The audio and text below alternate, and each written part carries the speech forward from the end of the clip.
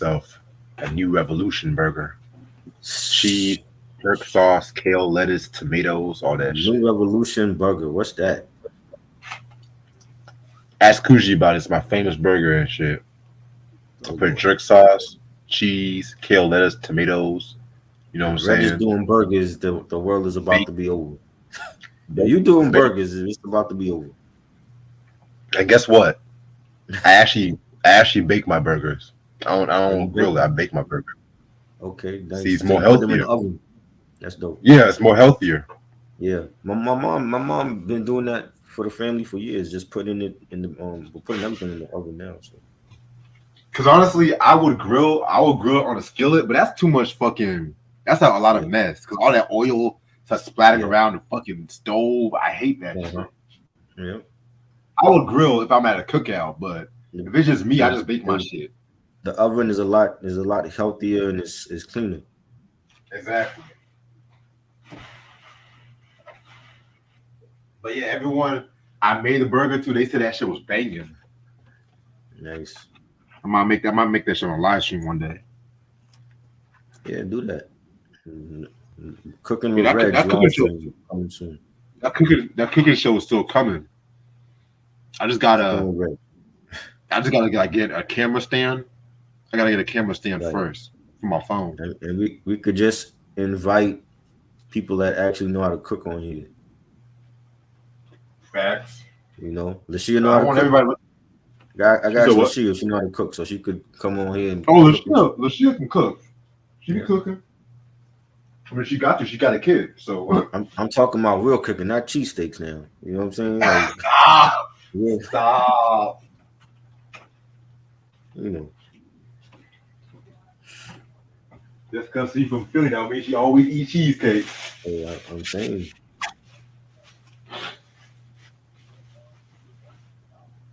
Mm.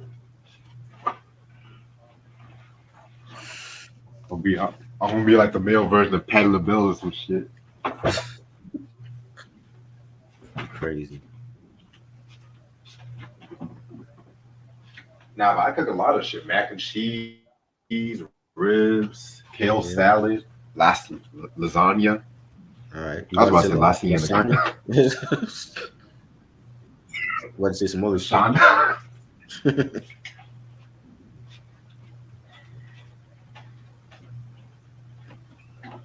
Whew. Yeah, man. I'm gonna put my camera on after I eat. I don't like people watching me eat.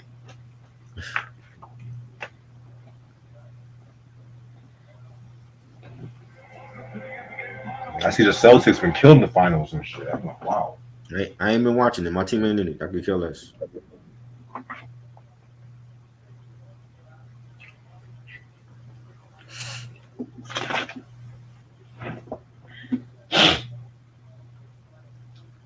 Shit be like that sometimes. Yeah.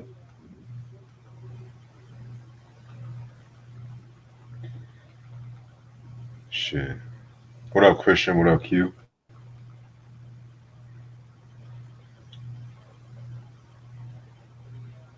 You said, what is thoughts on movies created by white people that are stolen by us blacks? Hmm. Are you sure you don't mean the other way around? I feel like you Yeah, I mean don't the know. other way around.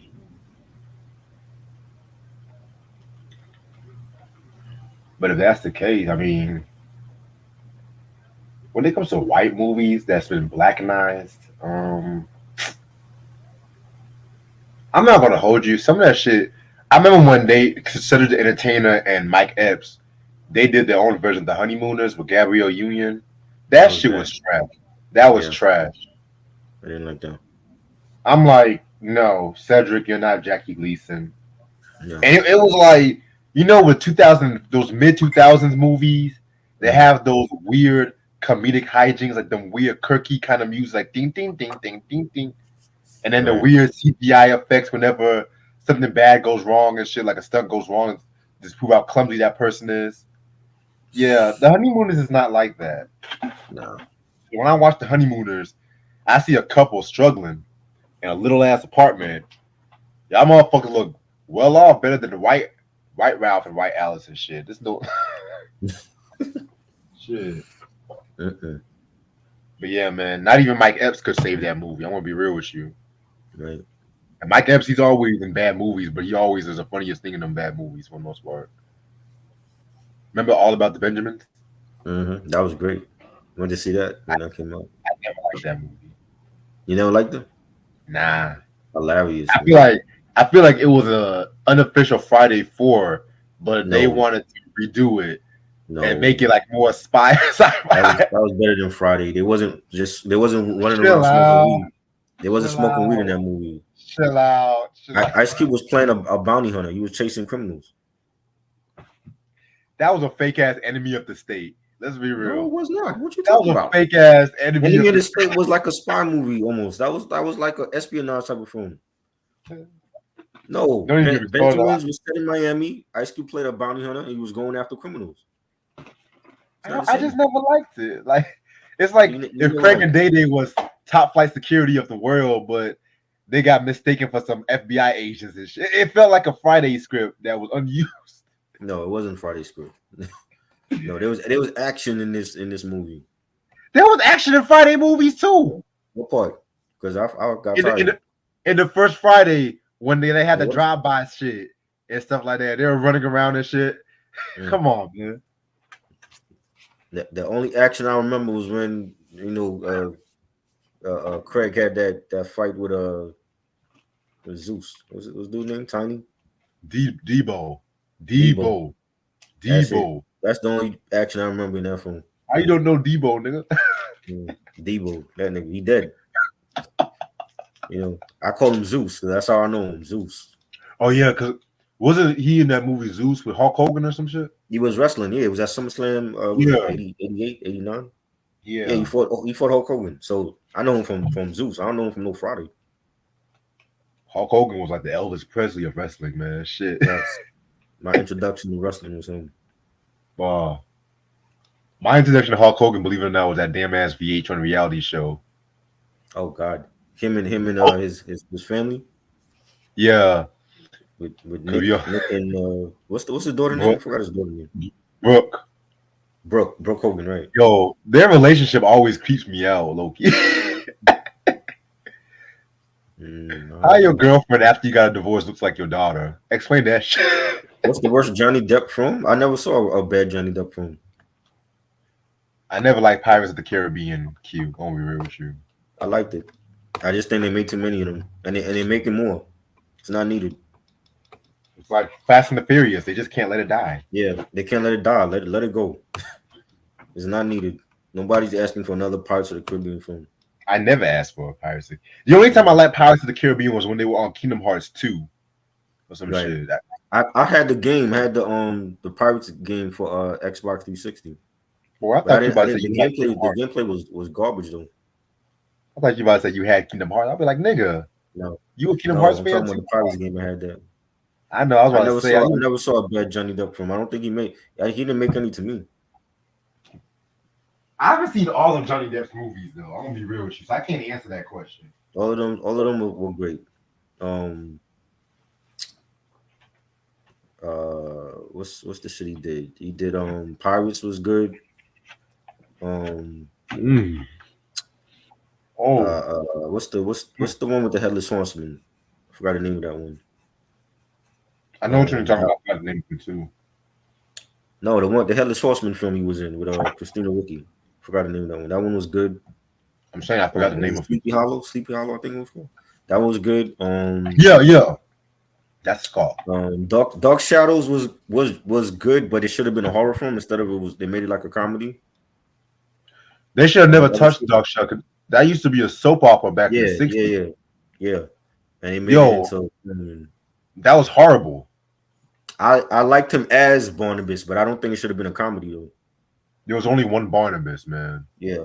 That's Jonathan Friedman. Edward Scissorhands to me was his best film. I agree. Loved that one. Yeah, but I never saw a bad Johnny Depp film. Well, Q, what bad Johnny Depp film do you seen? Because I never seen Crybaby. No, Crybaby was one of his best. That's like early Johnny Depp, like right after he left 21 Jump Street. Believe it or not, I I have seen a little bit of 21 Jump Street too. I know Mike wanted to talk about that one at one point, but yeah, I gotta review. I know it's on Tubi too, if I'm not Yeah, mistaken. I was young when that came out. You know what I'm saying? I didn't Yeah, watch. I wasn't in the cop shows like that. my girl Holly Robinson Peake got a start on that Yeah. show. Yeah, man. The only cop shows I like is New York Undercover and The Heat of the Night, NYPD Blue, some Hill Street Blues sometimes. I Barney know all Miller. of those theme songs. I ain't never watched them shits. Yo, that Hills that in The Heat of the Night theme song though, that's my shit. Yeah. Have you ever seen the movie with Sidney Poitier? Nope. Oh man, Never watched it. you too busy watching Top Gun, right? I don't know what that means. Top Gun was what, 87? I don't know what you talking about. I'm just saying, man. I know how y'all like Tom Cruise, and y'all think he's the greatest actor ever. Oh Lord. Nobody said he's the greatest actor. Who says that? You- You never heard me Niggas say that, so I don't know what you talking about. Wasn't it Eric who fuck with Ever Tom said Cruise? that? He's the greatest actor? I never said. He I didn't say loves that. Tom Cruise. He loves Tom Tom Cruise Cruise. is good. I mean, he kept himself relevant. You know what I'm saying? Like he did different roles, but Yeah, Scientology kept him relevant. I ain't getting into all that. I don't care about that. I didn't study no science. What the fuck I care? I'm talking about movies shit. Like movies, he got classics. Yeah, yeah. You know, He Risky Business, that was great. he's First Top Gun. he's no George Clooney or he's no Brad Pitt to Oh me. God, y'all fuck George Clooney. I don't care for him. Fuck Either. George Yeah, Clooney.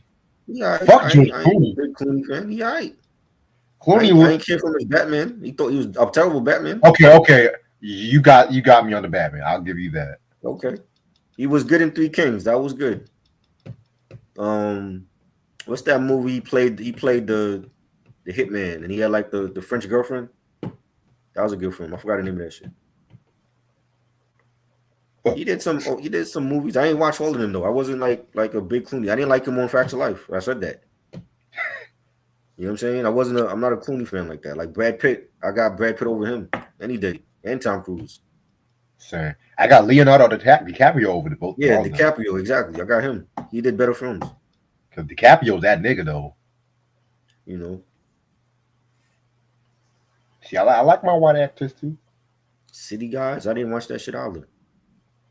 I didn't care. I'm definitely not reviewing that. I don't care how much you pay us. I ain't reviewing that shit. Yeah, that was at the Black Saved by the Bell. Yeah. No, I turned the channel when that shit came on.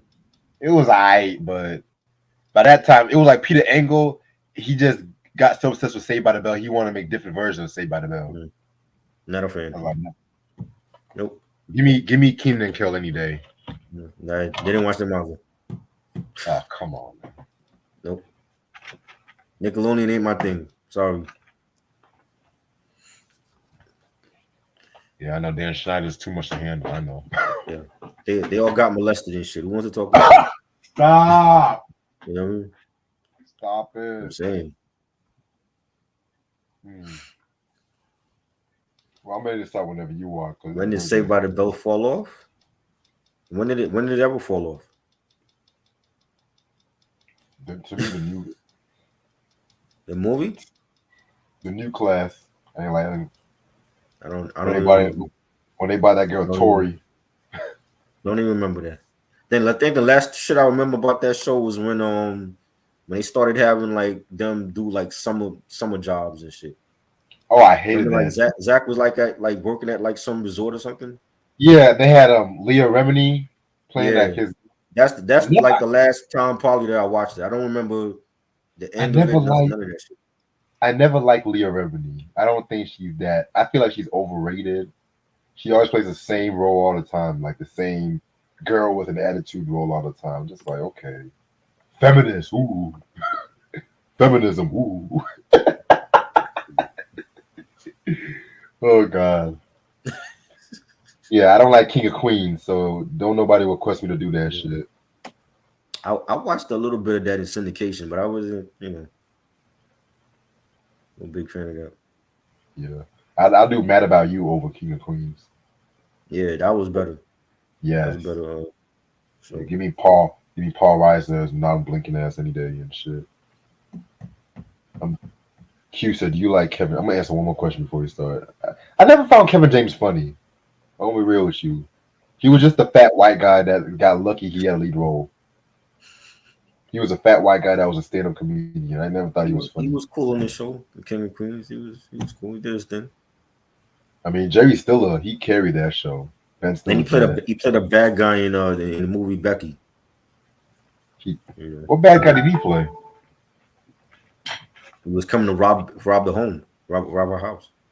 I can't picture him playing a bad guy. He's too jolly. He's too jolly for me. That's why it was a different role for him.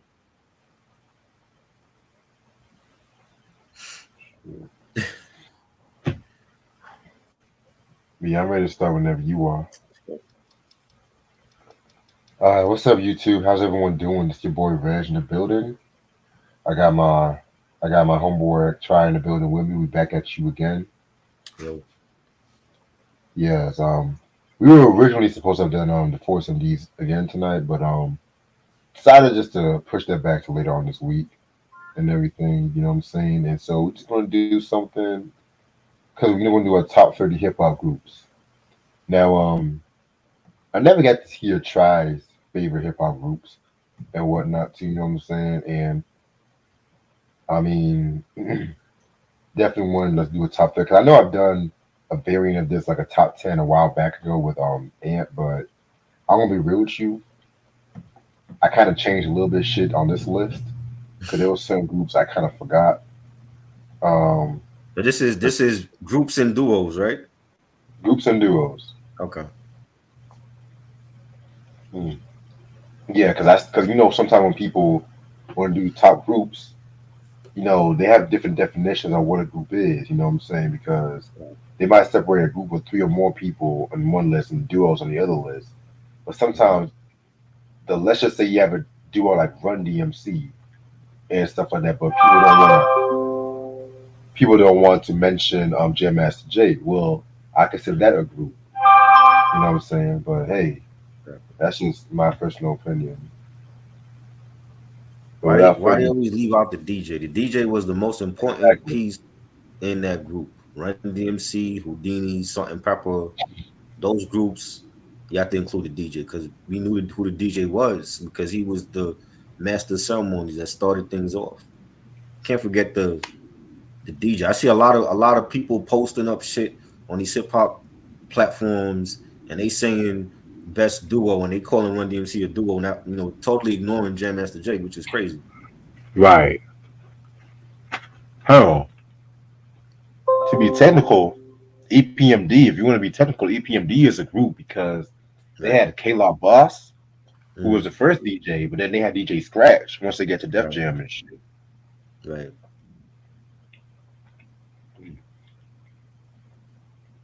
Just being technical. Yeah. So with my list, I definitely try to not just center it around 80s and 90s and shit like that too, because I want to really just capture all different areas of hip hop. Some people I've neglected, but you know what? It is what it is. That's weird. So without further ado, let's start with on number 30. Coming to you for number 30. This might be a controversial pick. I don't give a fuck.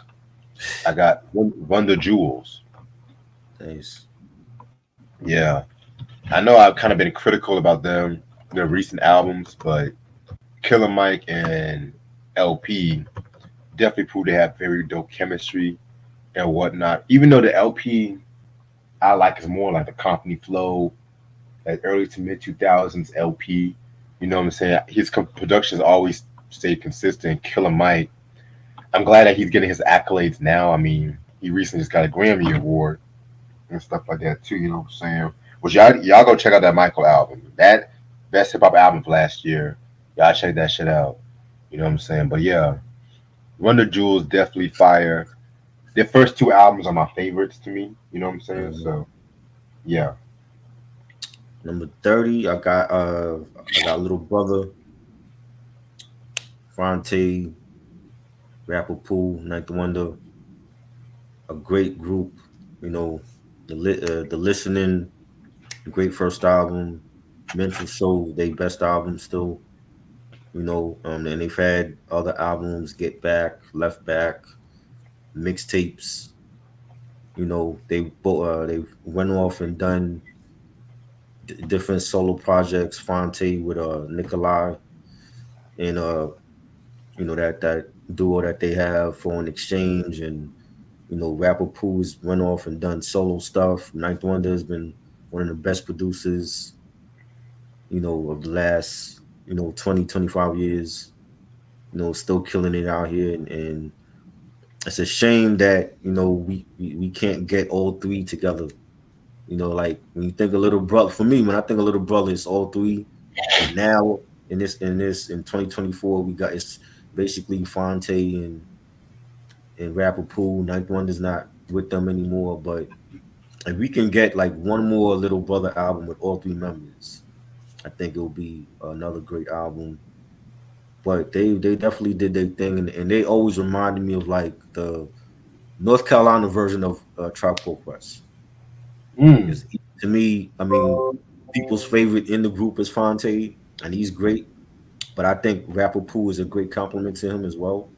And they both feed off each other, and they both, are great MCs, and they've done a lot. And I want to hear more from Little Brother, like all three of them. They put out a documentary. Was it last year that came out, and it was great. They told the story of how they met in college and hooked up with Ninth Wonder, and then Ninth Wonder got too popular and he left the group, and they were dealing with label issues with Atlantic, and there was tension with rap with Pooh and with Fonte. Pooh felt like they should have stayed on a major label, and Fonte wanted to go independent, and they just had a divide. You know what I'm saying? But they came back together, a couple years later, and to me they're like one of the most underrated, rap groups ever. So that's my number 30. Dope. Yeah, their first two albums for me are my favorites, man. Yeah, Number 29 for me is Goody Mob. nice. Yes. Still keeping up with like the Dungeon Family, if you want to be technical. They consist of members CeeLo, Cujo, Timo, and Big Gip. They're like the most socially conscious people that came from the whole Dungeon Family, if you ask me. I mean, the Soul Food album is like my favorite album they came out with. One of the Mhm. best hip hop debuts of all time. Cell Therapy. Who's that peeping through my window? Ah, you better get out. That's my Mhm. shit. Sesame Street. Um, Fighting was pretty good too. You know what I'm saying? Title track alone. I even like Still Standing. Oh yeah, I feel like that's like their most consistent album. yeah. To be real with you, excuse me. Like Black Eyes is my fucking shit. Hmm. That was a bit too experimental because they experimented with rock music and shit. But just like with Lil Brother, this is another group that went through like a lot of tension and everything like that too. Because the album that they came out with after Still Standing, like World Party, One Monkey Don't Stop No Show, I did not care for those albums.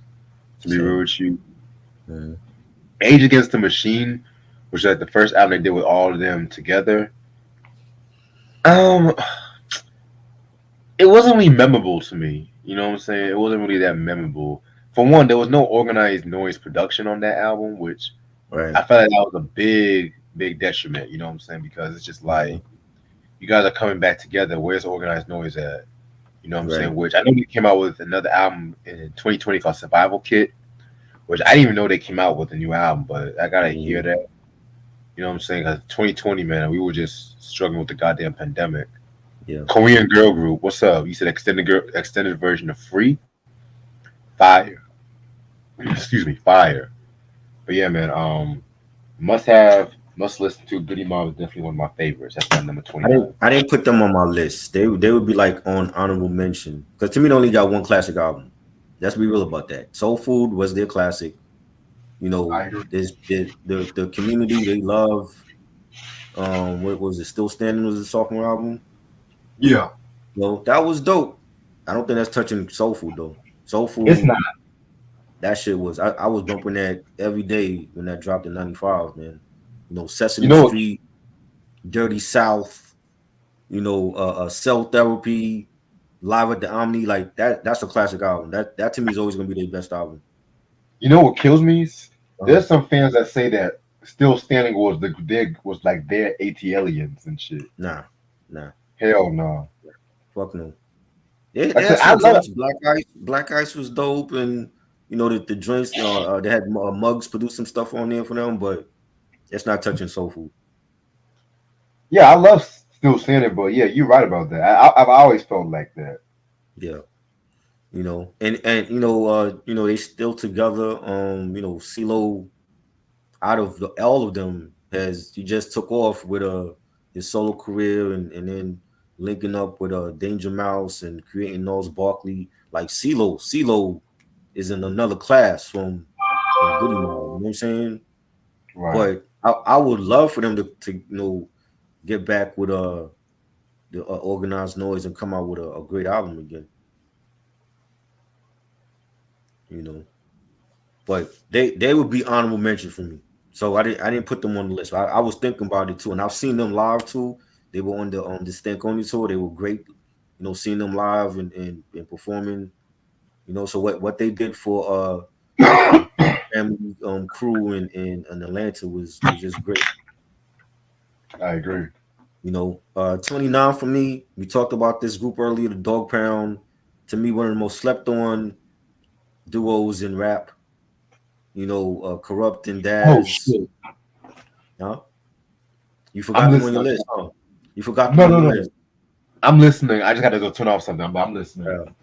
I love the Dog Pound. I've been a fan of the Dog Pound since the Chronic, you know, and seeing the evolution on the Chronic and Doggy Style, and then dropping their own album, Dog Food, Five Mic Classic, one of the best West Coast rap albums ever. You know, all done by Daz, mixed by Dr. Dre, and they gave us joints like you know Respect and you know Let's Play House. You know, Do What I Feel. New York, of course. You know, when Corrupt dropped that, like you had niggas over here in their feelings, especially when they did the video, and that was a great album. You know, Cali's Active, another solid album from them. But this album, this new album, we got. This is the album right here. I'm telling you, if you ain't listen to it, go bump that shit now. That's gonna be the summer album for 2024. A lot of great Facts. joints on there. I think it's one of the best rap albums of the year, and I'm sticking to it.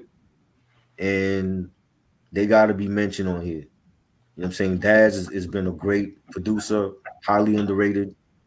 You know what I'm saying? Still doing this thing. Corrupt, one of my favorite lyricists all time from the West, from the not even from the West Coast, he's from Philly, and then you know moved out west, and he's still doing this thing. You know, he sounds like vintage Corrupt on that new album.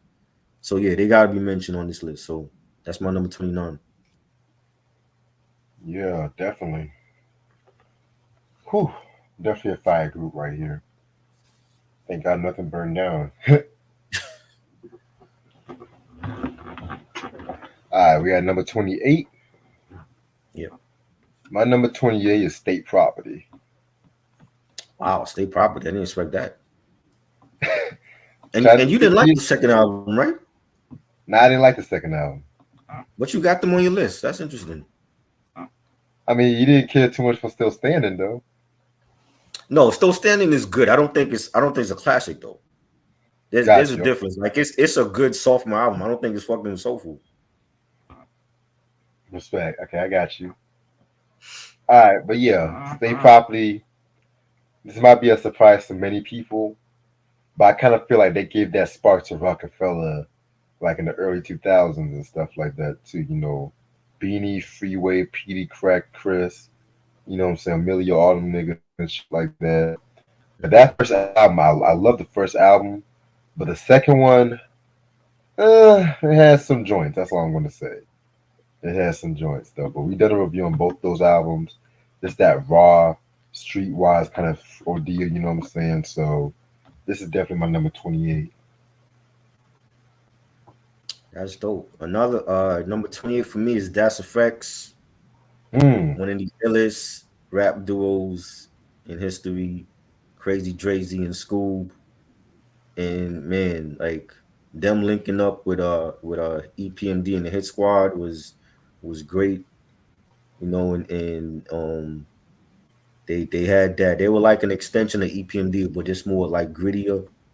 You know, and you know, dropping Dead Serious in '92, classic debut album. They Want Effects. Everybody knows that record. You know, Mike Checker was even better when that came out, and you know, straight out the sewer. You know, then they dropped what a sophomore album, straight up suicide in '94, and that was dope. Love that album. You know, Hold It Down to me was like their last classic album in '95. They come out with right. a Real Hip Hop and Microphone Master, and it was just three classic albums from this group, from this duo, and their whole rhyme style was you know copied by everybody. You know, you had Mr. Dalvin from Jodeci sounding like them. You had who else? I remember even Missy, like early Missy when she was with Miss that sister group, she sounded like Yeah, that. she did. You know, like the way that you hear Missy on her own albums, she didn't sound like that back in 93, 94. Mm, Like she sounded like Das Effects, and it just came to a point where that was like the thing to do. It was like they were mimicking Das Effects. I remember being in high school, and you had people saying that Lords of the Underground got beef with Das Effects because they took their style. I've never felt like Lords of the Underground sound like them at all. You know what I'm saying? Do It All don't sound like them. Mr. Funky Man never sounded like them. They had their own style. So I don't know where that rumor came from, but they just had a rhyme style that everybody sounded shit. Even Criss Cross sounded like them. You know what I'm saying? And it was just that thing to do. You know what I'm saying? And because nobody ever heard that type of rhyme style before, but they were the creators of it, and they did it well, and they need to be saluted. You know, and these niggas like when you look at them, like they were rocking the Timbs in the summertime. That's really how it started. Like when we saw Das Effects rock like the 40 below Timbs in the summer, everybody else started doing that. Rocking the construction Timbs in 90-degree heat. You know what I'm saying? And they had the Carhartt hoodies and everything, and you know they had the dreads, and they just had like an ill rhyme style and a look to them that it was copied by everybody in hip hop fashion and within the hip hop community, and I've seen them live too. They were great. You know, they still doing their thing. We need a new Das Effects album. I would love to hear that. It's long overdue. You know, I don't care if they get Pete Rock to do it or Primo, Eric Sermon. We need a new Das Effects album. Definitely. That needs to happen because that Generation Effects album was trash. Never bought it. It's not good. That's why I say like they last classic was 1995 Hold It Down. I did an album review with Reg on my channel. Go check it out. It was great. One of my favorite reviews ever. Got a lot of love and you know I had to include them on this list. dope pick. Yeah. All right. My number 27 is Company Flow. Mm, okay. Yes. I'm going to go real underground with this one. You know what I'm saying? This is the LP I fucking like. Him, Big Just, Mr. Lynn. You know what I'm saying? Like, this is just strictly underground right here. You know, they came out with the Fun Crusher album. The original version came out in 95. And the one that people know the version that people know more is like the Fun Crusher Plus. Because the original version was like an EP. This was technically their first album. And I think it was actually the first album on Ruckus Records too. You know what I'm saying? Which I feel this album is a very dope album. You know what I'm saying? It's a hip hop classic. I mean, Eight Steps to Perfection, Legends. You know, it don't even sound like it was made in '97. It pretty much sound like it was made like '04. You know what I'm Right. saying? And you know, they also came out with another album called Little Johnny from the Hospital, Breaks and Instrumentals Volume One, which that was cool too. You know what I'm saying? My favorite song they done was when they did a diss track against Soul called Linda Tripp. Ooh. And again, I talked about that track. I think I talked about that when we did like the best produced diss tracks Yeah. and how they use like sound bites for like a recorded conversation and how he loves company flow. I mean that is ill as fuck. You know what I'm saying? Like Metro Boomin wasn't the first one to use a beat as a diss track and shit like that too. But that's another story for a different day. But yeah, man. Definitely want to talk about Fun Crusher Plus at some point. You know what I'm Oh yeah, saying? for sure. I know that album's so hard to come by these days. Yeah, definitely. All right. 27. I got Eric B and Rakim. Mm, You know, to a lot of people, this duo is like, you know, the best ever. They're definitely great. You know, Rakim is considered, you know, to a lot of people, you know, the best MC ever.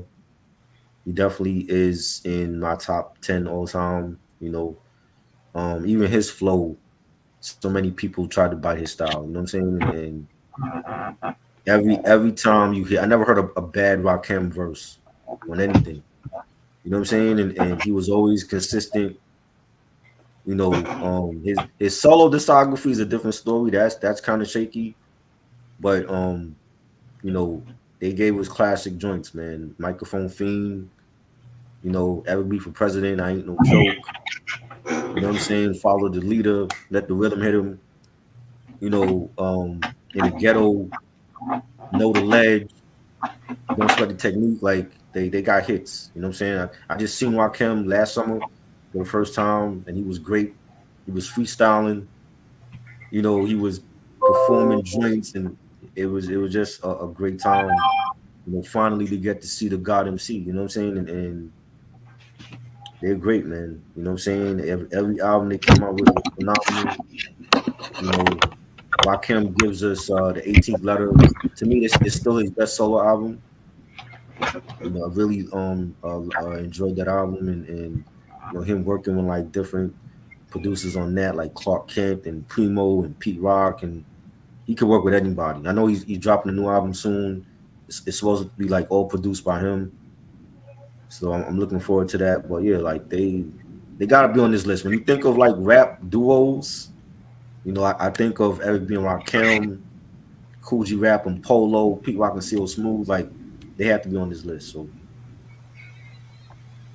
definitely. Yeah, I know they're on my list and shit like that too. yeah. Um, yeah, it's crazy. I seen Rakim 3 times myself, believe it or not. Uh-huh. Which one was your favorite, or do you like all three of them?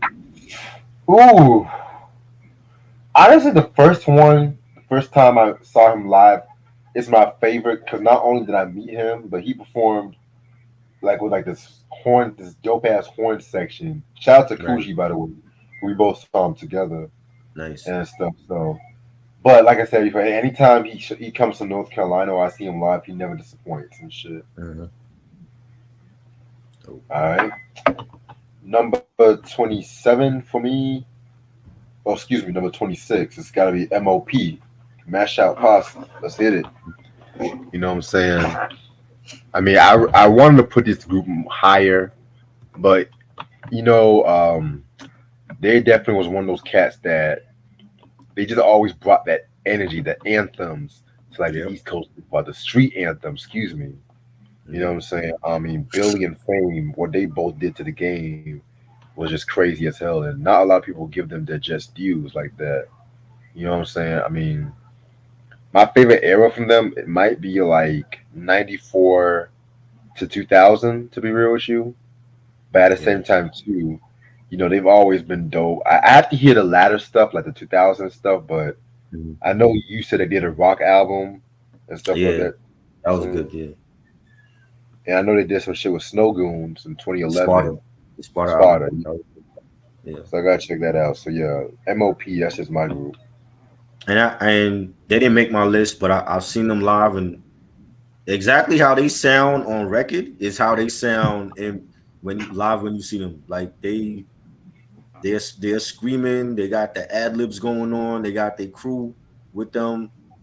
Teflon and I forgot the chick. I forgot the chick name, but they were dope live when you see them. They got many classics as well. Another underrated duo. You know what I'm saying? And again, like I've never heard like a bad MOP album. You know what I'm saying? It's like you got your favorites, and then you got joints that maybe went under the radar, like the Sparta album or the rock album that they did, but they're dope. And even now, like you got Danzini doing his solo stuff. He's killing it. You know, Little Fame is a dope producer. He's been doing a lot of joints for people, and they dope, man. I feel like we're gonna get a dope MOP album soon, hopefully. Oh yeah, definitely. You know, 26 for me. I got Souls of Mischief from the Hyrule Mm. Crew. Again, another underrated, hip hop group with a Ty J and A Plus, Opio, Festo. I've always loved their stuff. 93 Till Infinity, classic debut album. You know, that's been played forever. You know what I'm saying? Like that title don't everybody know. I mean, I even heard Kanye West freestyle over that track. That's how iconic that song was. You know what I'm Right. saying? And my favorite off of there was No More. I've always loved that album cut. You know, that's when you lost, and there's so many joints. Cab Fear that didn't even make the album. That was a dope joint from your one of your favorite shows, Taxi. You know what I'm Yes. saying? I love the theme song. Just I don't care for the show, but Cab Fear was always a dope joint. It's a sitcom masterpiece. That's all I Oh have to Lord. say. Anyway, their second album, No Man's Land, one of my favorites. You know, severely slept on. No promotion from Jive Records. You know, that was dope. The Focus album, the Trilogy album. They got joints. They even did an album with Adrian Young. That was fire. You know what I'm saying? And they still doing it. Still touring. You know, they're touring right now, like overseas. And yo, man, this is each one of them got bars. You know, I love that battle they had with Sophia and the Hobo Junction back in the day. You know, I remember Stretching Barbito playing that. That was epic. You know, just being at a radio station, you got these two crews battling live on radio was just something that's not even done no more. You know what I mean? And they definitely I feel like they get in their respect now. You know what I'm saying? But back in '93, I didn't see that for them. But many years later, they getting their respect now. They had the documentary for that first album, which was a great documentary. And yeah, shout out to Hyrule Crew, man. That whole collective is still doing it. So Yeah. Yeah, man. I'm gonna be real with y'all. I wasn't really raised too much on Souls of Mischief like that, right, but I do like the first two albums, like the yeah. 93 And and and the we also did a album review on No Man's Land on my channel. Check that exactly. out. That was like 2018, I think we did that. Yeah.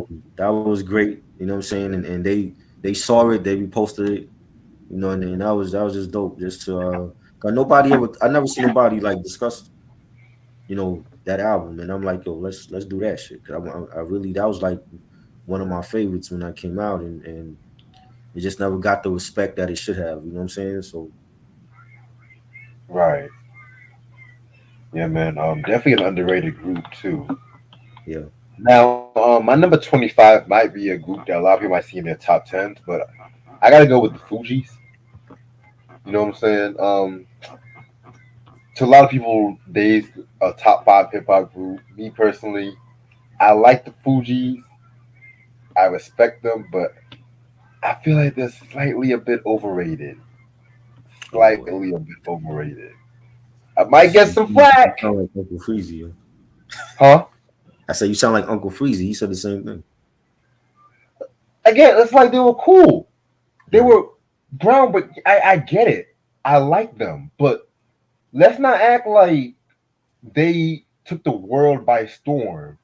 So once niggas started really fucking with them, then they broke up and shit like that. And then Blunted on Reality is one of the worst hip hop albums I've ever heard. Yeah, in my personal opinion. that was bad. You know what I'm saying? I get it. And y'all talk shit about Mobb Deep's Juvenile Hell. Y'all talk shit about Cameron's Confessions of Fire. Give me those albums over Blending on Reality. Yeah. Like those were listenable compared to. I don't want to hear Wyclef and Lauren do a fucking Tracy Chapman acoustics kind of shit. You know what I'm saying? But when they dropped the score, it's like they took a lesson from Mobb Deep, took more control with like their direction and everything like that too. But here's the thing about the score. It's like the hip hop community. They love the album, but they don't love the album. Let me explain. I never hear a rapper or hip hop head talk about how many mics, Zealots, Cowboys, the score. It's always Fuji La. It's always Ready or Not. It's like the Lauryn Central tracks. And I love Lauryn Hill. But it's like, let's not act like Wyclef and Pras was catching bodies on that album too. Let's not act like that. You know what I'm saying? Yes, I said Pras too. Pras did his thing on certain tracks on that album. But you know what's one track that niggas never mentioned from the Fugees? Rumble in the Jungle with Tribe and John Forte and Busta. Jesus Christ. Yo. I remember that. That was from the When We Were King soundtrack. That is one of the most illest tracks. All of them niggas caught body. But no. Let's talk about the Ready or Not. Here I come. Let's talk about that. You know what I'm saying? And yeah, you know, it's a pretty interesting group. But yeah. I think by the time the world caught storm to them, that's when they were having issues within the group and they started to go solo. Right. And they became really, really popular when the score dropped and they sold millions of records and got Grammys, and so that's what happened. You know what I'm saying? It was just a shame that everything happened like so fast. And then one of the best things about the score was the Lauryn Hill features, the tracks. Yeah. You know what I'm saying? I don't think if you didn't have Lauryn Hill on that album, it would have sold the amount that it sold. You know, some of the songs that they released, like they knew what they were doing. Like Columbia knew what they were doing. When you release Fuji La, she's on the chorus, and she had a dope verse on there. Same thing with Ready or Not. Same thing with Killing Me Softly, the Roberta Flack rendition, and she's all over that. You know what I'm saying? So they knew what they were doing, and they marketed the album well and put out the right singles, and the rest was history. And it's even the songs that's not singles like Zealots and How Many Mics is one of my favorites, and they were playing that on the radio like it was a single. You know what I'm saying? So the whole album was great. You know what I'm saying? And that's how they capitalized on it, and then did their solo thing, and now they're legends. You know what I'm saying? So I could see why people feel like they're overrated, or some people feel like they should be top 5, top 10 all time. I saw them live too before they broke up, and they were great. You know what I'm saying? And this is before Lauren started doing her showing up late to concerts and all that. They wasn't doing that in '96. You know what I'm saying? They were on time. Just again, when they got popular and they got the money, this shit went to their head. You know what I'm saying? So Wyclef thought he was a super producer. He thought he could just go around and give everybody else a classic like Cannabis and John Forte and City High. He's not that. You know what I'm saying? We found out Pras is not a great, artist like that either. Like they all together are great, but individually they're not. You know what I'm saying? And I'm glad that they back together now. You know what I'm saying? I'm glad that they, they doing their thing again. Because we've been wanting that for so long. We thought we would never see it. And it's good to see Lauryn Hill out here doing her thing again. Right. 25 for me. I got another West Coast group on here that's, I feel like they get their respect now, but back then they didn't. I got the Far Side, great Mm. hip hop group. You know, Booty Brown and Amani and Fat Lip and Slim Kid Trey. Love this group. You know, from the moment I heard Your Mama was the first single from Bizarre Ride, and they dropped Passing Me By, which was iconic. It's been in movies and TV shows and commercials and other fish. And then we get to '95 when they dropped Lab Cab, and that was even better to me. You know, rest in peace, Dilla. He really brought the heat on that album, and Diamond D did a joint on there, and I fell in love with them even more with that album, man. And again, I did a we did a review. Most of these groups we did reviews on. Like we did a review on Lab Cat on my channel. That was great. I love that album, classic. You know, and even with Fat Lip leaving and Slim Kid and they were still Armani and Booty Brown was still doing their thing together and that's another group where I would like to see all four members come back and drop some new music. It's time. It's long overdue. You know, I know Fat Lip is back with them. I think Slim Kid is still out, but at some point, hopefully, we have all four members and they could come back and drop some new shit because I would love to hear a new album from them. Yeah, I definitely agree with you about that. It's been a long time coming. Yeah. All right. My number 24 is Compton's Most Wanted. You know, classic West Coast group right here. You know what I'm saying? MC8, The Chill, The Unknown DJ. You know what I'm saying? I mean, when it comes to this group, it's always somebody going to jail whenever an album comes out and stuff like that, or go to prison or some shit. And, when it came to like the first album, when it came to the first album and stuff like that, what's his name? The original cat, Ant Capone, he was in the group, but he left. I think due to like some contract shit, and they replaced him with DJ Mike T. Then the Straight Checking Them album came out, and what's his name? What's his name? I think the Unknown DJ had left the group at that time too. Then Music the Drive By album and shit like that came out, and that's when no, actually the Unknown DJ was still here, but like the Chill, I think he was doing some time in prison or some shit like that. You know what I'm saying? So it's like somebody was always leaving in the group and shit. But MC8, he still held the group down and everything like that too. You know what I'm saying? So yeah, man. Hood Took Me Under. That's like a West Coast classic and everything like that too. You know what I'm saying? I love the song from It's a Compton Thing, Late Night Hype, very dope track. This is Compton. One time gaffled them up. You know what I'm saying? Then the Straight Checking Them album, which that might be my favorite album. Like songs like Straight Checking Them, Drive By Miss Daisy, Compton Lynching, everything like that. They were just so fucking more. It was like a very gritty hip hop at that time too. You know what I'm saying? You must have your collection when it comes to West Coast hip hop. Compton Most Wanted. Dope, dope. I 24. I got Cool G Rap and DJ Polo. Again, another iconic rap duo. You know what I'm saying? Cool G Rap, one of the best spitters all time. Top 5, top 10. DJ Polo did his thing. And they just gave us, joints like It's a Demo and Talk Like Sex and, On the Run, Ill Street Blues. Just crazy. Just like, one of the illest storytellers in the game and they got many classic albums and Cool G Rap had a great solo career. Gave us 456, a classic, and Root of All Evil and another great album and Jim Connor Story was dope and still dropping heat. Did an album with 38 Special, son of G Rap, which was phenomenal and he's still out. I saw G Rap live also. He was great. You know what I'm saying? And it's just good to see like these legends that we talk about still out here doing their thing. And they definitely a legendary rap duo. You know what I'm saying? And you know, they had like some of the illest, you know, tracks of the 80s and 90s. So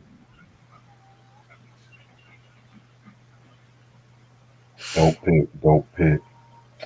All right, my number 23. I gotta go with the Treacherous Three. You know what I'm saying? Pretty much, this is like Kumo D, LA Sunshine, Spoonie G, Special K. You know what I'm saying?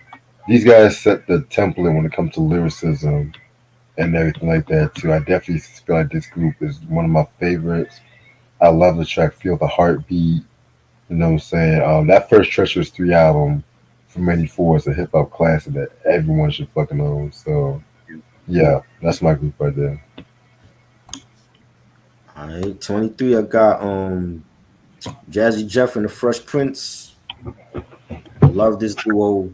You know, it's one of those rap duos I grew up with early on, and you know, from Rock the House to he's the DJ, I'm the rapper, and in this corner, all these albums, the what's the other joint that I liked? Home Base was great, one of my favorites. I know you love Code Red, you know, but they were great, man. They, you know, Jazzy Jeff, one of the most iconic DJs ever. You know, still doing his thing. He has like you live streams on his channel on YouTube, and just you know playing the classics and Will. It's like what you can't say enough about Will. You know what I'm saying? Like he's gonna have the number one movie in the country with Bad Boys 4. A great actor. He's done many great films and a great rapper as well. Great storyteller.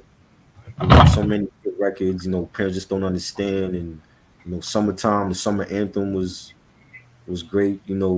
Um, you saw my blinker was one of my favorites, and not me on my street. You know, brand new funk. Just legends, both of them. You know, one of the most iconic rap duos to me. You know what I'm saying? And he did all this without even having to curse. You know what I'm saying? And I love that. You know what I'm saying? I've met Will Smith in person. Him and his family, they were great. You know, shout out to them. And you know, I could have easily put them on top 10. You know what I'm saying? It was hard. Like this doing this whole list with the groups and duos. It was hard. There's a lot of honorable mentions that didn't make the list, but I had to put them on here because it's like early '80s. Like for me, this was like one of the, like very first rap groups that I sort of started listening to. So um they also need a new album. I know Will is supposed to be dropping a new album soon, but I want a new album with him and Jazzy Jeff together. That's we definitely need that. That's long overdue. And with so many of the new artists out in this era, I could definitely see them collaborating with a lot of them, and definitely need that. Yeah, we definitely need that in the culture today. Believe me. Yeah. All right. My number 22, you mentioned this group is Little Brother. Yeah, I'm not gonna spend too much time because you pretty much took the words out of my mouth. Very, very, very dope hip hop. You pretty much nailed it on the head. You said they were like the southern equivalent to Tribe Called Quest. You know what I'm saying? I'm more a fan of like listening and the Minstrel Show. You know what I'm saying? But I feel like both of them are classics and stuff like that. I know they had some issues with Ninth Wonder, but I feel like one day they'll get back together. Definitely. 22 for me, Heavy D and the Boys. Love this group. Shout out to Dean, Back to the Lab. You just mentioned that on his live stream tonight. You just talking about, every it's like your parents and your grandparents loved Heavy D. Like that's just the type of person he was. He wasn't in no beef or scandals. There's no allegations about him. You know what I'm saying? And everybody loved him. Like, you know what I'm saying? Like my mother, my grandparents knew his songs and shit. You know, I've seen him live like twice in concert. It was great. He danced better than his own choreographers, and we lost a legend. You know what I'm saying? And he really put Mount Vernon on the map. Like if it wasn't for him, there would be no P Rock and Seal Smooth. You know, P Rock is his cousin. and he really put Pete Rock on to the legend that he is now. You know what I'm saying? Because of Heavy and so many classics that they've done. Like, you know what I'm saying? His first album was dope. Living Large was fire. Big Time was one of my favorites. Peaceful Journey, another classic. Blue Funk, another classic. Nothing But Love. Like, he was consistent, even his own solo career. Waterbed Heaven. Well, that's like my favorite Heavy D solo album. You know what I'm saying? The Jamaican stuff that he did, because he's from Jamaica. He was always true to his roots and doing reggae music, and that was great. You know what I'm saying? He did a lot of different collabs with people, from Super Cat to Biggie to Monifa. He was great. We lost a legend, and just Eddie F, DJ Eddie F, great DJ. And became a great producer as well, and bringing out his own artists. And yeah, man, like this group this is another group that I grew up early on, listening to. It was like him and Jazzy Jeff from Fresh Prince for me, and he definitely lost a legend, man. Yeah, legends for real though. All right, number 21. I got Brand Nubian. My number 21. So Very, very, very dope group. You know what I'm saying? Lord Jamar, Sada X, Grand Puba. You know what I'm saying? All doing their fucking thing. And yeah, man, Brand Nubian, they just pretty much was like the anti-establishment, the militant. At times, I feel like sometimes they're more militant than Public Enemy. You mhm. know, I always loved the albums like the Off One album, In God We Trust, Everything Is Everything. You know what I'm saying? So yeah, I mean, this is definitely, definitely, definitely one of my favorite groups. Yeah, love Brand Nubian. Again, they could be honorable mention for me. Cuba, great MC, Sadat X, Lord Jamar. Actually met Lord Jamar like 2 summers ago. Actually, he was a great person. I saw them live. They killed it live. It's great to see them back together again as well. And we need another. We need. I keep saying this. This is going to be a recurring theme. A lot of these groups they broken up, got back together, but they ain't put out no new music. They just touring. But we need a new Brand Nubian album. Definitely, it's long overdue.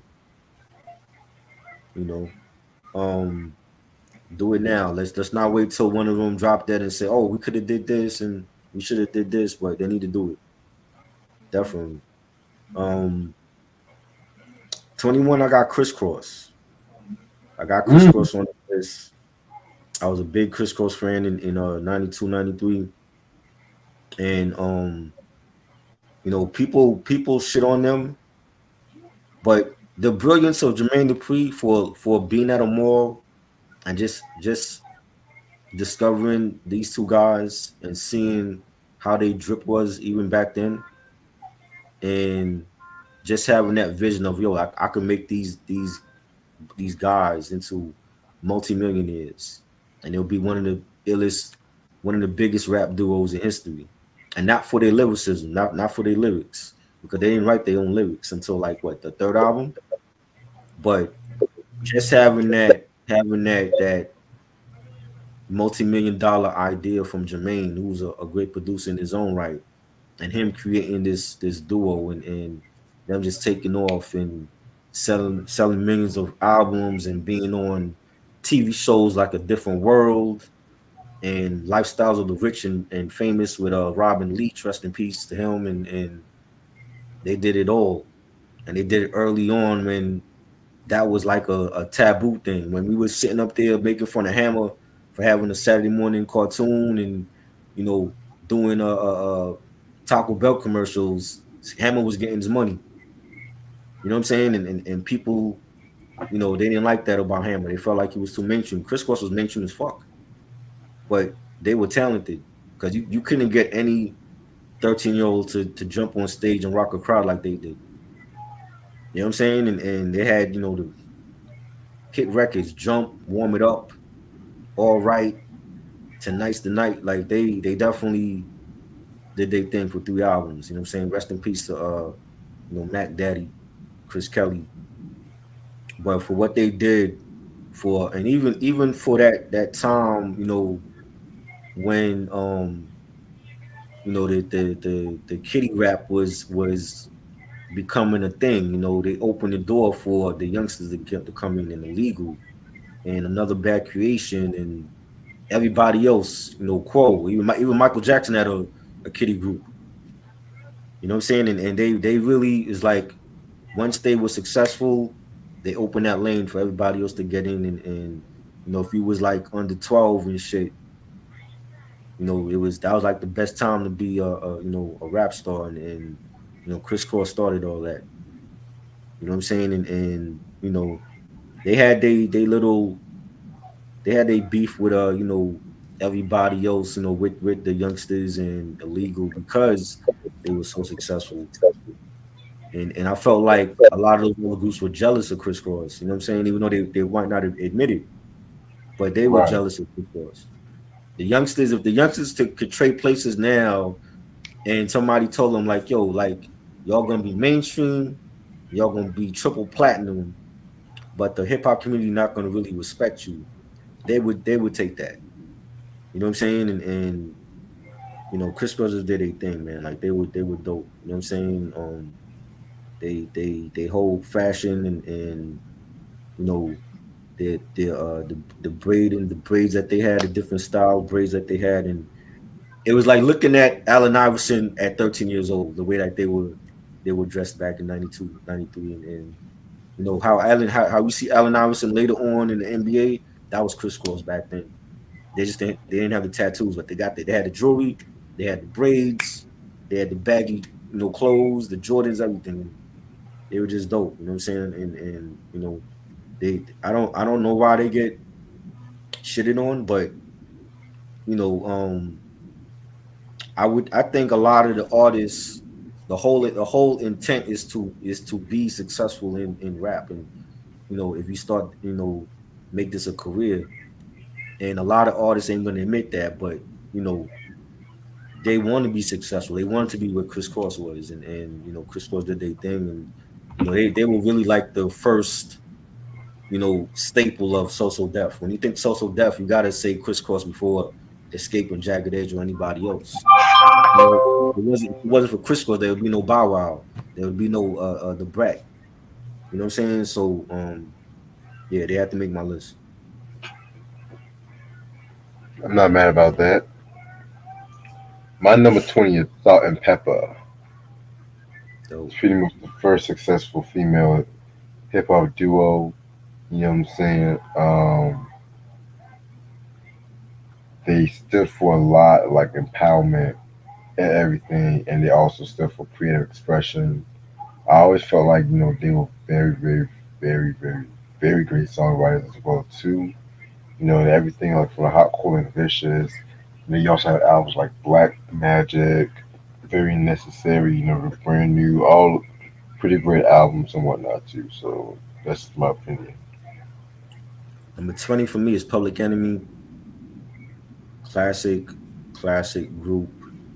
When I think of social commentary, and artists that stood for equal rights when it came to black people, I think of Public Enemy first.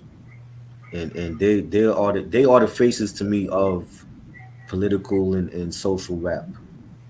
Everybody else came after, you know what I'm saying? And at your X Clans and your Brand Nubians and Dead Prez and Talib and most Def, like Public Enemy is the faces for this. You know what I'm saying? That's why they're still relevant, they're still here. You still see them speaking out on different things when it comes to the black community, and Chuck D has an iconic voice. Nobody sounding like him. Nobody still sound like him. Nobody will ever sound like him. You know, People say what they want about Flav, but Flavor Flav was more than just a hype man. You know what I'm saying? Like he actually spit bars. He actually had records, iconic records like 911 is a joke, which is a Yeah. timeless record, which will always be a timeless record as long as we have these trigger happy cops out here. You know what I'm saying? And more news at 11. One of my favorites off of Apocalypse 91. Like they got way too many hits, man. Like way too many hits. I've never seen them live. I always wanted to. You know what I'm saying? But their tours were legendary.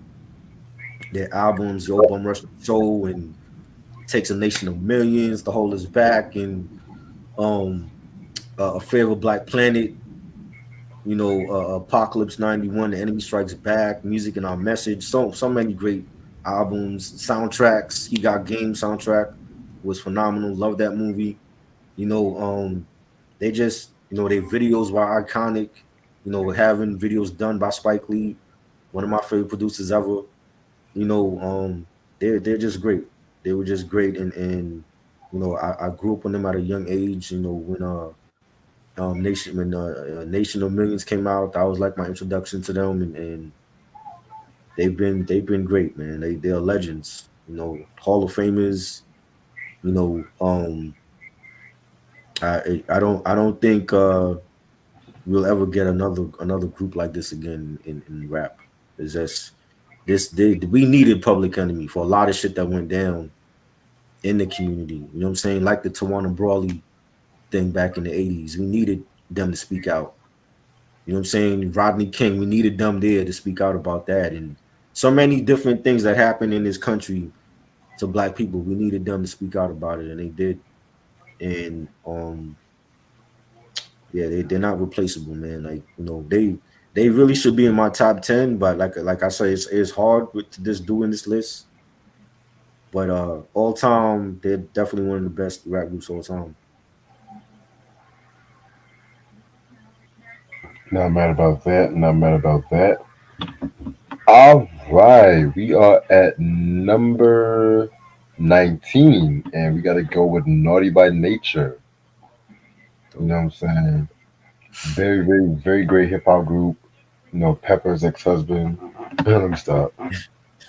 Stretch, Vinny, KG, what they did to the game. You know what I'm saying? I definitely feel like, they definitely came onto their own in like the early 90s, especially with like the subtitle album and then the Rocks album, from 1976. They were definitely on top of the game. So yeah, I fuck with this one. This one is one of my favorites when it comes to hip hop. Number 19, Naughty by Nature.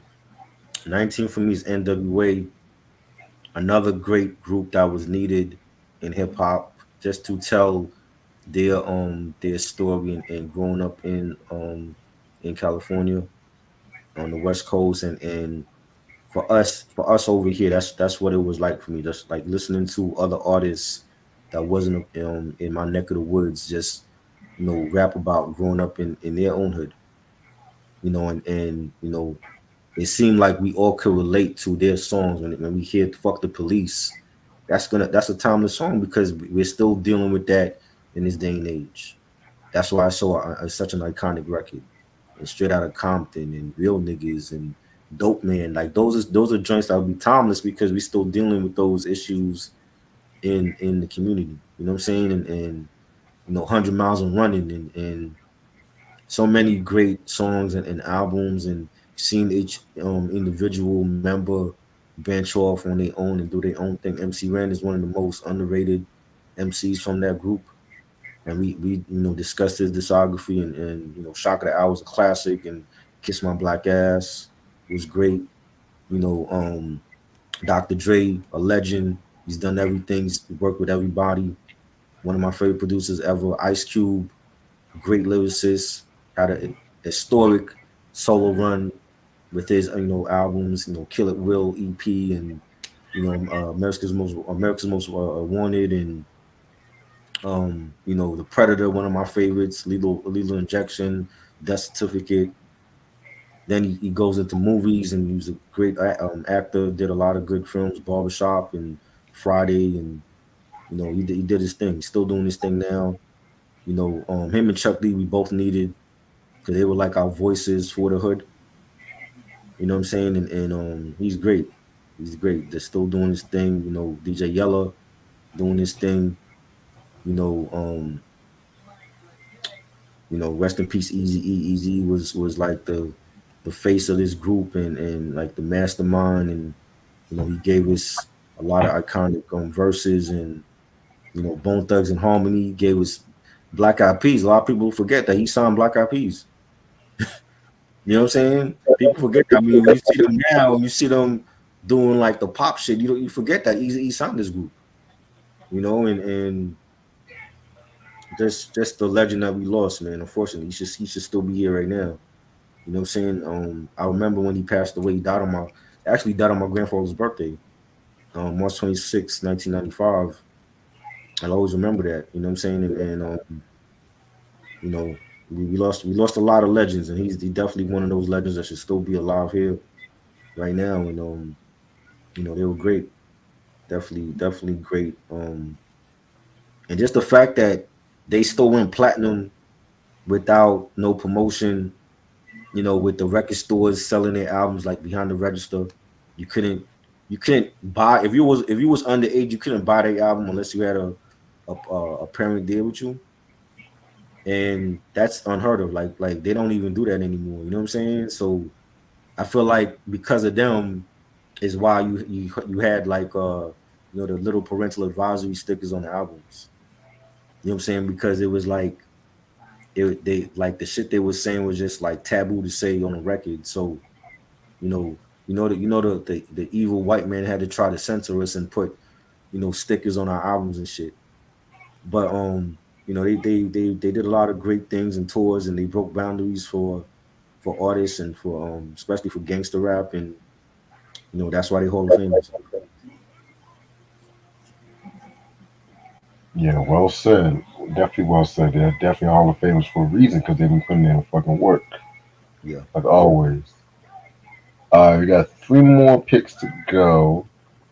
My number 18, I gotta go with Ultramagnetic MCs. You know what I'm saying? Very, very, very dope. This is a group I kind of got into a bit late when it comes to like my hip hop journey and Hmm. everything like that too. Cool Key, Sad G, TR Love, everything like that too. You know what I'm saying? I mean, they were just so fucking ill, and the music was just bumping too. Because they used to call Ultramagnetic like the king of the 12 inches because a lot of their most popular tracks was like mostly on 12-inch tracks, 12-inch platforms, and then when a lot of those tracks were trying to come onto like the original openings and stuff like that. Right. You know how that shit goes. Boom. Oh yeah. But yeah, Ultramagnetic MCs. I mean, the Funk Your Head Up album, Four Horsemen, Critical Beatdown. You know what I'm saying? Yeah, 'cause sample clearance. That's what I meant to say. Sample clearance is what fucked up a lot of those 12-inch tracks. You know what I'm saying? But that's not story for a different day. So yeah, that's what I'm saying. I mean, 18 for me is Bone Thugs and Harmony. Love this group. Um, Lazy and Crazy and Busy. Wish. Sometimes you had Flesh and Bone with them.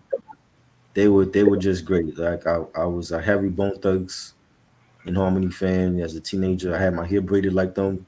I would just like pick up the whatever magazine cover they were on. I would pick it up and I would show my barber how I wanted it, braided, and they were great. You know what I'm saying? They definitely put Cleveland on the map for rap, and you know being signed to by Easy E, and getting that mentoring from him before he passed away was great, and creeping on the come up was a great EP for them.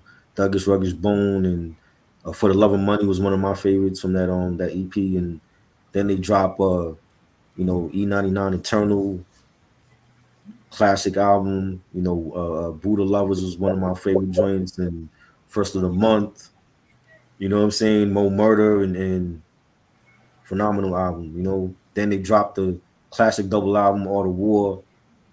Did a review on that on my channel. That was like my first 1K review ever. You know what I'm saying? How ironic is that? Like an East Coast cat talking about a Midwest group, and I get my first 1K because of Bone Thugs.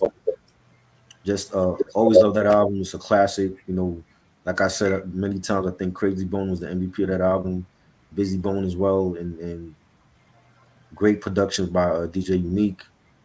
You know, BTN, the Bone Thugs Resurrection album. I enjoyed that one as well, and they just had a different, sound that to see, 4 or 5 members in the group come from Cleveland, and they were like introducing us to their own style of rap, from the Midwest, and harmonizing, and they actually harmonizing, but they carrying a note when they harmonize. They're not like one of these rappers where they trying to be sounding like Drake, but they can't harmonize for shit. These niggas can harmonize. They've done songs where they just all harmonizing and there's no raps in these songs. And then they got songs where they just straight rapping, and everybody was fine with that back then. Like it was no, we didn't look at them with a side eye like, yo, why these niggas trying to sing? You know what I'm saying? Like Right. they were just dope. You know what I'm saying? They had their own lane. And when before people talk about Drake and Future and all these motherfuckers, Bone Thugs started that. You know what I'm saying? It was for me. It was Force MDs and it was Bone Thugs that was doing that shit. You know what I'm saying? And honorable mention, be Domino. A lot of people forget about him too. You know what I'm saying? But this has been going on forever. This is not nothing new. And these kids need to wake up and understand that. Like Drake did not start this shit. And they're great. You know what I'm saying? I always wanted to see them live. Actually, you know what? There was a tour that I went to, and they were on the tour, but they kicked them off the tour, and they were replaced by Mary J. Blige. And I really wanted to see that tour for Bone Thugs. I never seen them before. I was a huge Bone Thugs fan, and unfortunately, by the time that tour came to New York, they kicked them off the tour. But they still doing their thing. Shout out to them, and you know, individually they still dropping solo stuff. But I want to hear a new Bone Thugs album. It's long overdue. I think they need more than just tour. They need more like just an album. Like, would love to see like a tour for them, and maybe like a show for them or something, or a documentary for them. 'Cause this group needs to be celebrated, and for what they've done, their contribution to hip hop, and they need to be in the Hall of Fame. Like, you got the Hall of Fame, Rock on Hall of Fame in their backyard in Cleveland. Why are they not? Why are they not inducted yet? I don't understand that. That it makes no sense to me. You know, they need to be in the Hall of Fame right now. It's time. Like, it's over 25 years from now. They got to be in the Hall of Fame. Yeah, I agree with you. I wholeheartedly agree with you about that. You would think. I would think. I know the rock heads don't want rap in their hall, but Rock and Roll Hall of Fame is in their backyard in Cleveland. They need to be already inducted in the Hall of Fame out there. You know what I'm saying? Like, it's cool to induct Rage Against the Machine and Green Day, but Bone Thugs needs to be inducted. You know what I'm Right. saying? Like, they definitely needs to be inducted, and I'm pretty sure there's a lot of rock heads that listened to Bone Thugs back in the day just because they had that whole horrorcore vibe to them. They need to be inducted. It's time. Yeah, I definitely agree with you about that. All right, so where we at right now? Number 17. Gotta go with Mob Deep, Prodigy and Havoc, Queensbridge Finest, and whatnot too. You know what I'm saying? Definitely fuck with Mob Deep. Some of the most illest cats. Production, lyricism, style, and everything like that too. You know what I'm saying? I definitely feel like tracks like Shook Ones Part Two, Survival with the Fizz definitely set a whole new stage for them and everything like that too. My favorite albums like Hell on Earth, Infamous, all of my favorite albums. I'm gonna have to give a slight to what's the I have to give a slight to motherfucking what's the album? Hell on Earth. 'Cause I feel like that album is so fucking underrated. Not underrated, but people love to talk about the Infamous like that's the only album, but Hell on Earth, I mean that just shits all over Yeah. Infamous in my opinion. I hate to say it. But yeah, that's my number 17 Mob Deep. 17 for me is Black Moon. Love Black Moon. Black Moon really was the start of this label called Duck Down Music that we all love, and Duck Down Records, and you know when they dropped Who Got the Props, that was like the introduction, and then they just kept dropping heat. You know, how many MCs and Buck 'em Down, and you know, I got you open. It was just crazy. You know what I'm saying? And they definitely represented my home. You know, represented Brooklyn. I've seen them live. Been on these street teams. Shout out to Buckshot. They just great, man. Like that lane that, you know, when we talk about boom bap and we mention the likes of DITC and, you know, the Gangstar Foundation, we gotta mention Boot Camp Click. You know what I'm saying? All of those cats in that crew, man. From Buckshot to you know, Helter Skelter, rest in peace, Sean Price, Rock This Monster, OGC, you know, Illa G, all those cats that's down with them, like Smith and Wesson, still killing it to this day.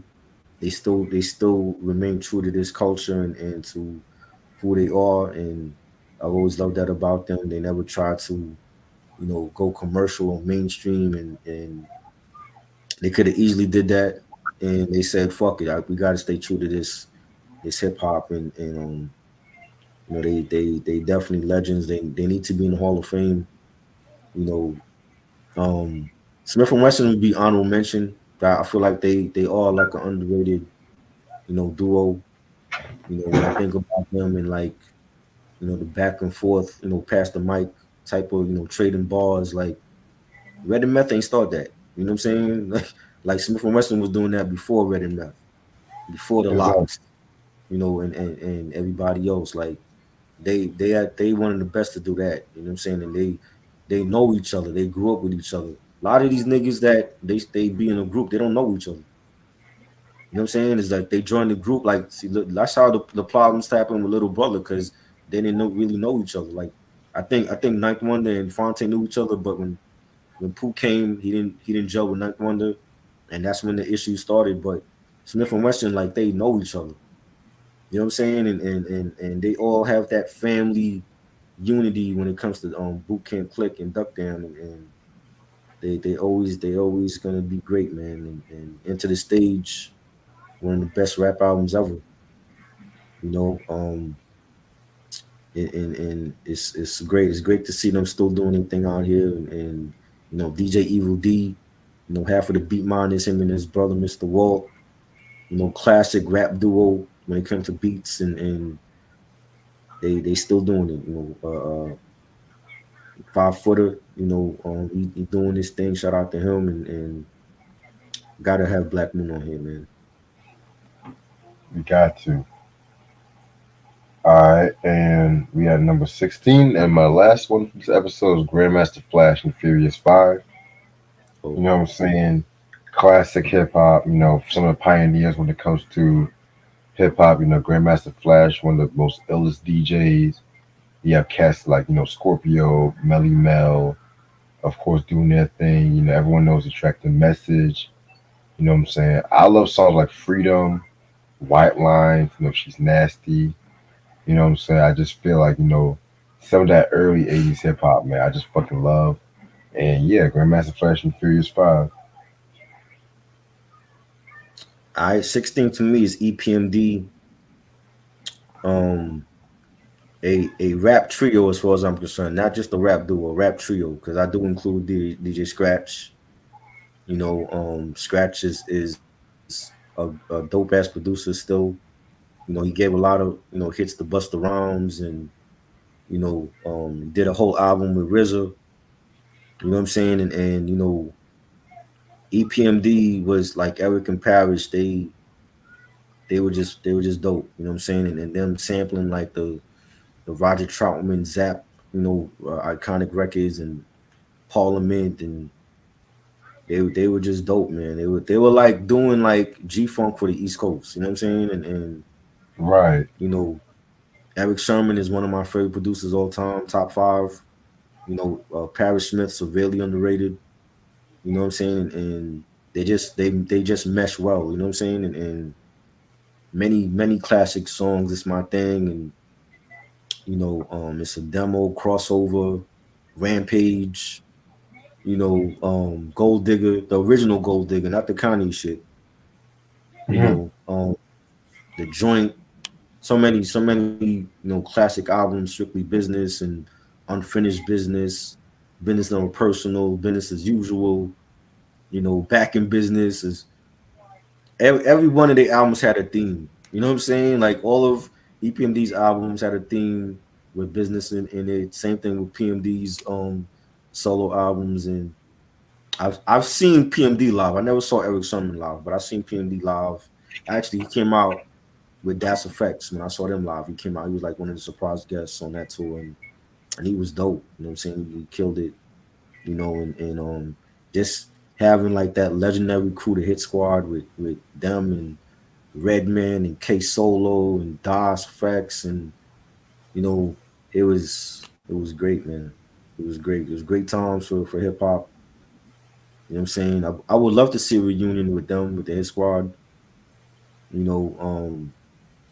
Just the great. I just want to see a whole tour with Hit Squad and Def Squad, like all of those artists: Keith Murray, Red, Marley G, Das Effects, all of them. I want to see a whole tour with both of those crews, because I think hip hop needs that. I think we wanted that for a long time, and Eric and Paris can't seem to get their shit together. 1 minute they talking, next minute they not. But we need a new EPMD album too, man. They need a documentary also. They're working on a new album. They got a new album out? They're working on it. That single Okay. and stuff. Yeah. All right. Well, we need that to drop this year though. We need that this year.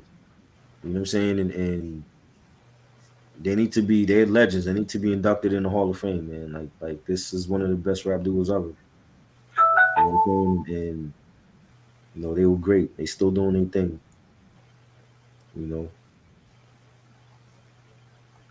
Yeah, definitely. That's dope hit. All right, and that concludes our part 1 and everything like that too. You know what I'm saying? And we're gonna do part 2 probably sometime next week. I'll definitely keep you guys updated on that. I'm gonna actually end this off right here because I gotta get ready for work in the morning. You know what I'm saying? And pretty much tomorrow at 8 o'clock we actually gonna do a review on Jodeci's Diary After Mad Band. That's gonna be tomorrow at 8 o'clock. Ashley and Ant are gonna join us for that one, so we really can't wait to talk about that. Shit. Anything else you want to say before we head out? I'm coming back. I'm gonna go live like right after you take your little break. I'm coming back. So Cool. you know what I'm saying? Actually, before you leave for your break, we're gonna do a live on my channel. Okay, cool. I got something good. So All right, that's what I want to hear. Other than that, hope you guys have a good night. Try to appreciate this as always, and I'll see y'all niggas later. All right. Peace. peace.